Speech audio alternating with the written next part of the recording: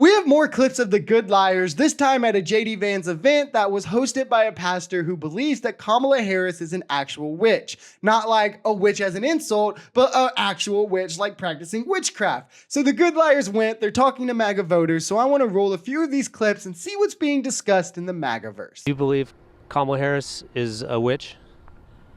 No. Okay. But I don't believe she has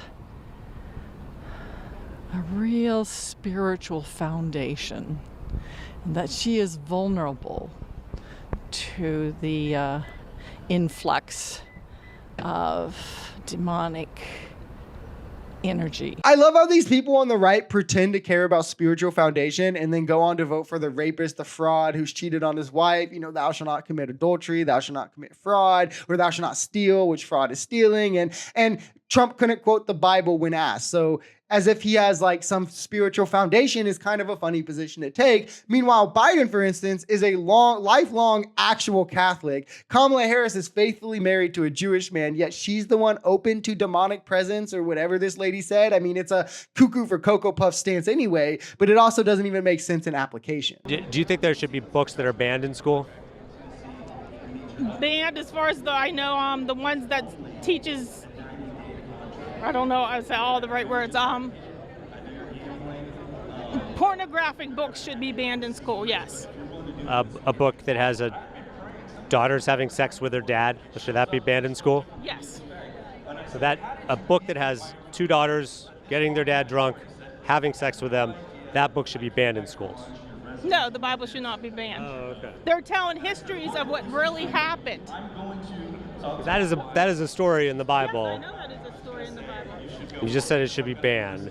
No, the stories that are teaching them go back to your biblical values, the 10 Commandments. No sex before marriage. You wouldn't need all these abortion clinics to kill babies if there was no sex before marriage.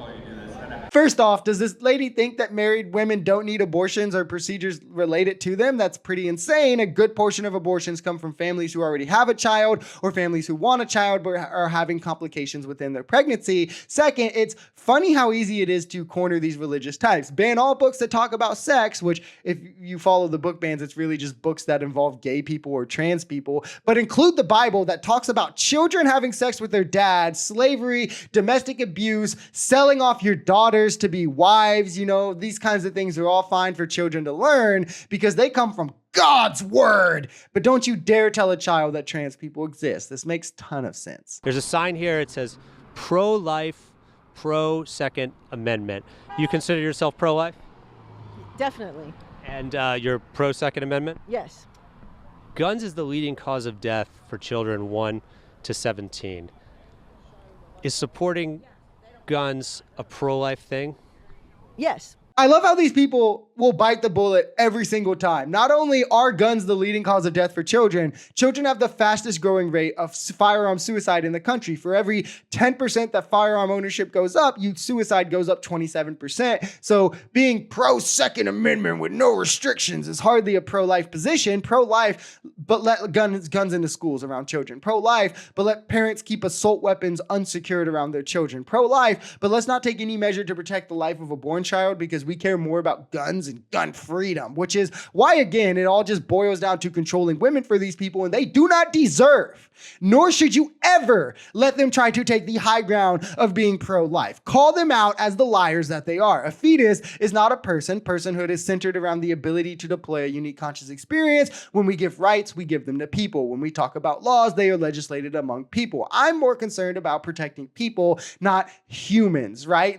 And so are most people, by the way, even pro-life people, which is why they would say they're against things like assisted suicide, but they allow end-of-life care to be stopped. Because at the end of the day, we all understand the different moral values placed on persons than humans. This is just a way to kind of give yourself more of a justification for wanting to control women and strip away their rights. That is why a lot of the people who are pro-life also believe things like repealing the 19th Amendment, also believe things that like women shouldn't work, women shouldn't do all of these things, because again, it's part of a larger perspective.